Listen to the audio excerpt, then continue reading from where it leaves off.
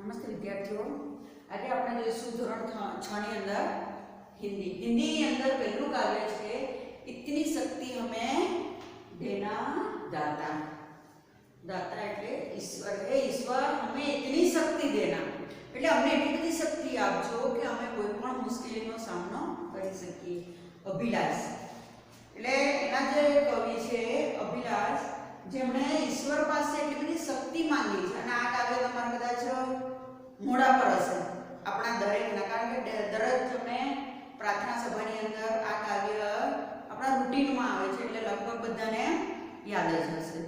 તો આ જે કાવ્ય છે ઇતની શક્તિ હમે દેના દાતા, આ જે પ્રાર્થના છે કાવ્ય પણ છે એટલે કાવ્યની રીતે આપણે ભણીશું, પ્રાર્થનાની રીતે આપણે દરરોજ પ્રાર્થના સભામાં ગાઈએ છીએ।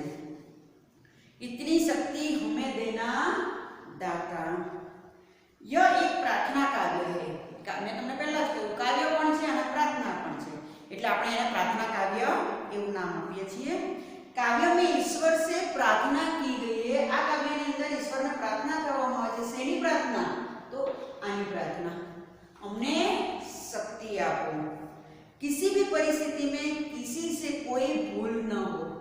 हमने शक्ति आपो અને અમે ક્યારે કોઈ ભૂલ ન કરી શકીએ એવી શક્તિ આપો। सबका जीवन उदात्त बने ऐसी मंगल कामना की गई कि બધાનું જીવન એકદમ સુખમય બને એવી कामना इच्छा है। किसी के प्रति बैर भावना या बदले की भावना मन में न रखकर सभी का जीवन मधुबन એટલે કે બગીચા જેવું હર્યું ભર્યું રહે। કોઈના મનની અંદર વેર રાખવો છે, બદલાની ભાવના એવું મનની અંદર ક્યારે કોઈના મગજમાં આવવું જોઈએ નહીં। કોઈના પ્રતિ ખરાબ વિચાર, કોઈના પ્રતિ દ્વેષ ભાવ આવું હોવું જોઈએ નહીં અને દરેકનું જીવન બગીચા જેવું હરીભર્યું રહે એવી ભાવના વ્યક્ત કી ગઈ એટલે એવી ભાવના વ્યક્ત કરવામાં આવી છે। આપણે કાવ્ય જોઈએ।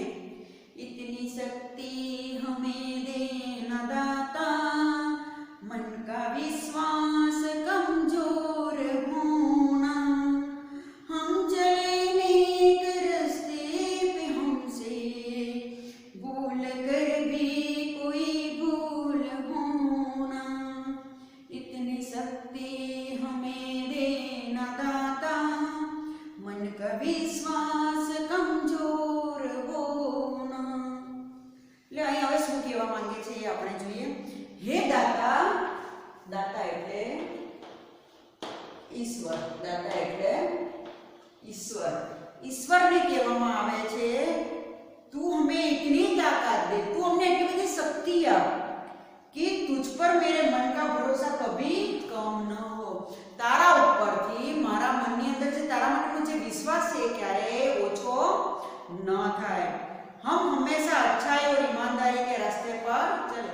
આપણે દરેક જણા હંમેશા ઈમાનદારીના અને અચ્છાઈના એટલે કે સારું શું છે એ રસ્તા પર આપણે હંમેશા ચાલીએ એટલે આપણી અંદર નેક રસ્તા પર ચાલવાની તાકાત આવી જાય અને ભૂલથી પણ ક્યારેય કોઈનું ખરાબ કરીએ નહીં। ભૂલ કર ભી કોઈ ભૂલ ના હો, ભૂલથી પણ આપણે ક્યારેય કોઈની ભૂલ થાય નહીં, ક્યારેય આપણાથી ગલતી થાય નહીં એવું પહેલા પેરેગ્રાફની અંદર કહેવામાં આવે છે કે તમે અમને એટલી બધી તાકાત આપ, એટલી બધી શક્તિ આપ કે ક્યારેય અમે કંઈ ખોટું કરી શકીએ નહીં। બીજો પેરેગ્રાફ જોઈએ।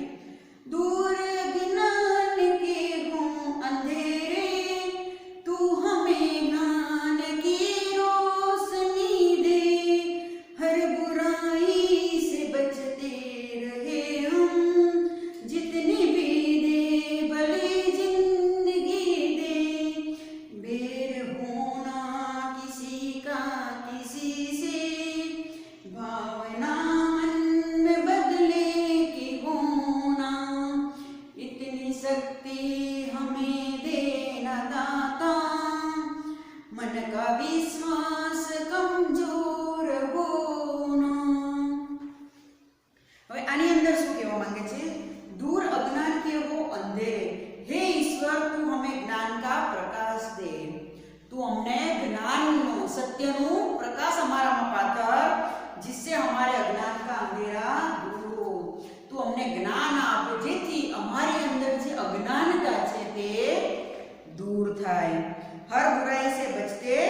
रहे हम, हमें दरेक बुराई के, हर बुराई से बचते रहे हम। तू हमें जिंदगी भी, जितनी भी जिंदगी दे वह भलाई से भरी हो, એટલે કે તું અમને જેટલી પણ જિંદગી આપે એમાં બુરાઈનું નામનું નિશાન ના હોય, એમાં ભલાઈ જ ભલાઈ છુપાયેલી હોય। બેર હોના કિસી કા કિસી से, કોઈની જોડે અમારે દુશ્મની હોય नहीं, हमसे किसी की किसी से दुश्मनी ना हो, और अगर कभी हो जाए तो मन में उसका बदला लेने की भावना पण न हो। અમારે કોઈની જોડે દુશ્મની પણ ન હોય અથવા ન થાય, અને ભૂલથી કદાચ કોઈની જોડે દુશ્મની થઈ જાય તો ક્યારેય બદલો લેવાની ભાવના આપણી અંદર હોવી જોઈએ નહીં। એટલે તો અમને એટલી બધી શક્તિ આપ, એટલી બધી સહન શક્તિ આપ કે અમે ક્યારેય કોઈની જોડે બદલો લેવાની ભાવના અમારા મગજની અંદર આવે જ નહીં। ત્યાર પછીનો પેરેગ્રાફ જોઈએ આપણે।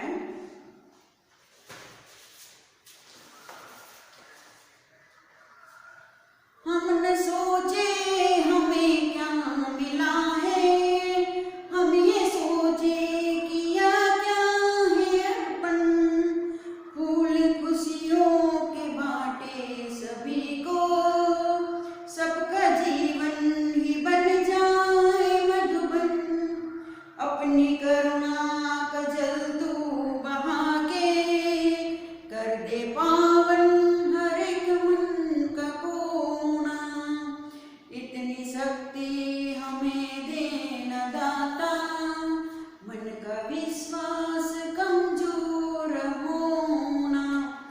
आ पंक्तिनी अंदर कवि શું કહે છે? हम यह कभी न सोचे कि हमें मिला क्या है, આપણે ક્યારે વિચારવાનું નહીં કે અમને શું આપ્યું છે ભગવાન, મને શું આપ્યું છે।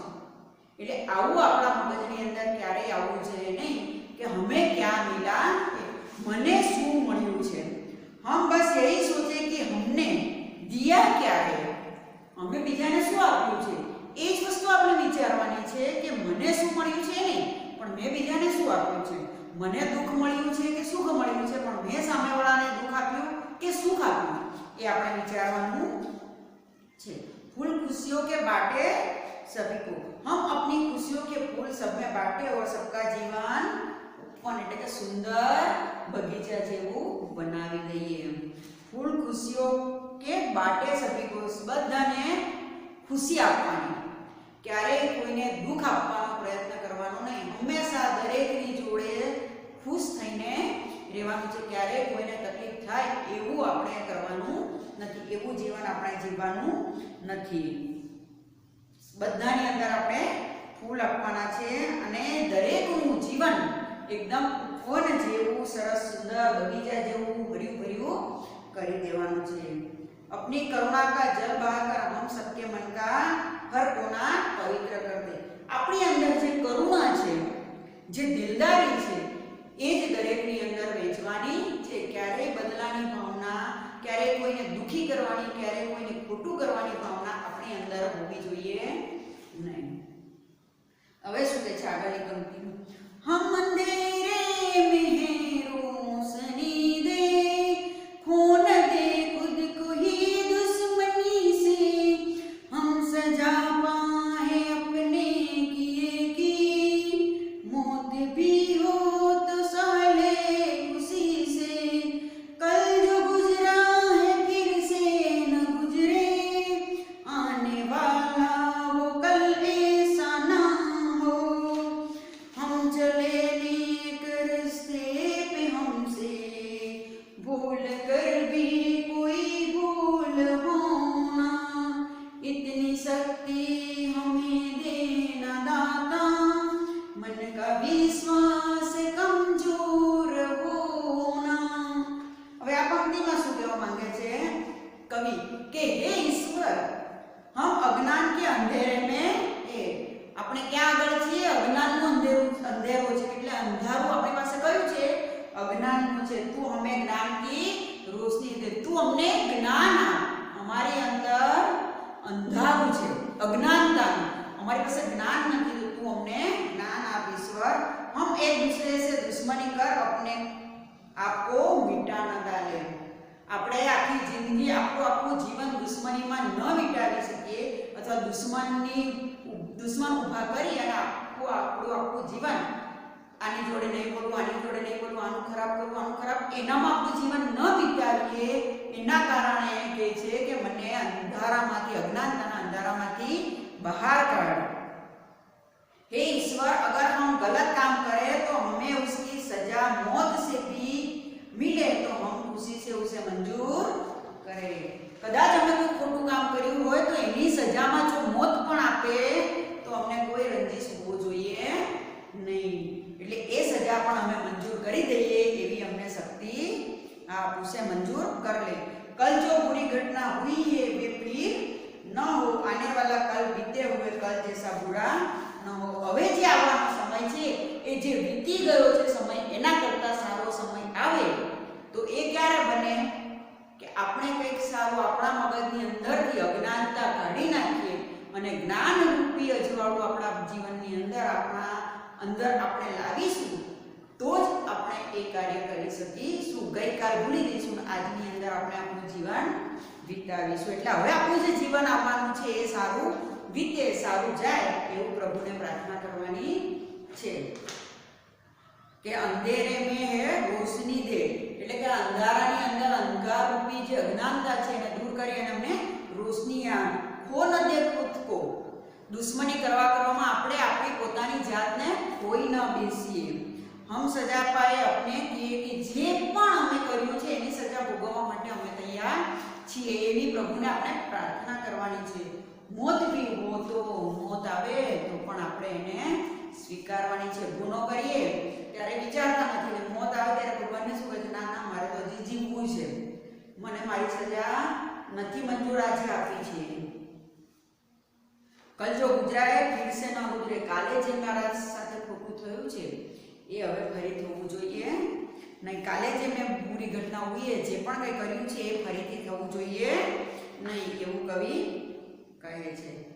હર તરફ जुल्म है बेबसी है, सहसा सांस हर आदमी है, पाप का बोझ बढ़ता ही जाए, जाने कैसे ये धरती थमी है, बोझ ममता से तू ये उठा ले, तेरी रचना का ही अंत होना, हम चले नेक रास्ते पे हमसे भूल कर भी कोई भूल होना, इतनी शक्ति हमें देना दाता, मन का विश्वास कमजोर होना।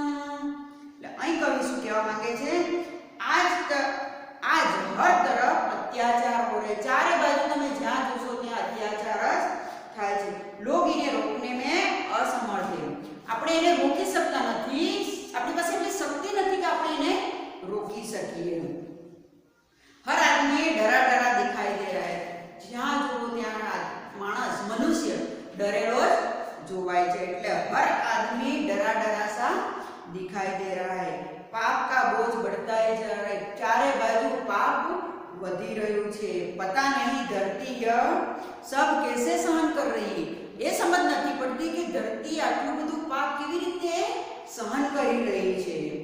हे परमात्मा, तू अपनी ममता के बल से धरती के इस बोझ को उठा ले, तू અમને એવી અમારી જોડે એટલી મમતા રાખ, એવું મમતાપણું વર્તન કર કે જેથી કરીને આ બધું અમે ભૂલી જઈએ, આ બધું અમે છોડી દઈએ અને આ જે પણ છે ममता के बल से धरती से इस बोझ को, ये पापનું જે બોझ છે તું ઉઠાવી લે, जिससे तेरी बनाई हुई यह दुनिया नष्ट होने से बच जाए। એટલે કે લોકોની મગજની અંદર આ જે ભેદભાવ છે, આ જે ઊંચ નીચ છે, આ જે કુદૃષ્ટિ છે, જે બુરાઈ છે, આ બધું અહીંથી તું તારા મમતા રૂપી આશીર્વાદથી બધું લઈ લે, નહીં તો આ દુનિયા નષ્ટ થઈ જશે।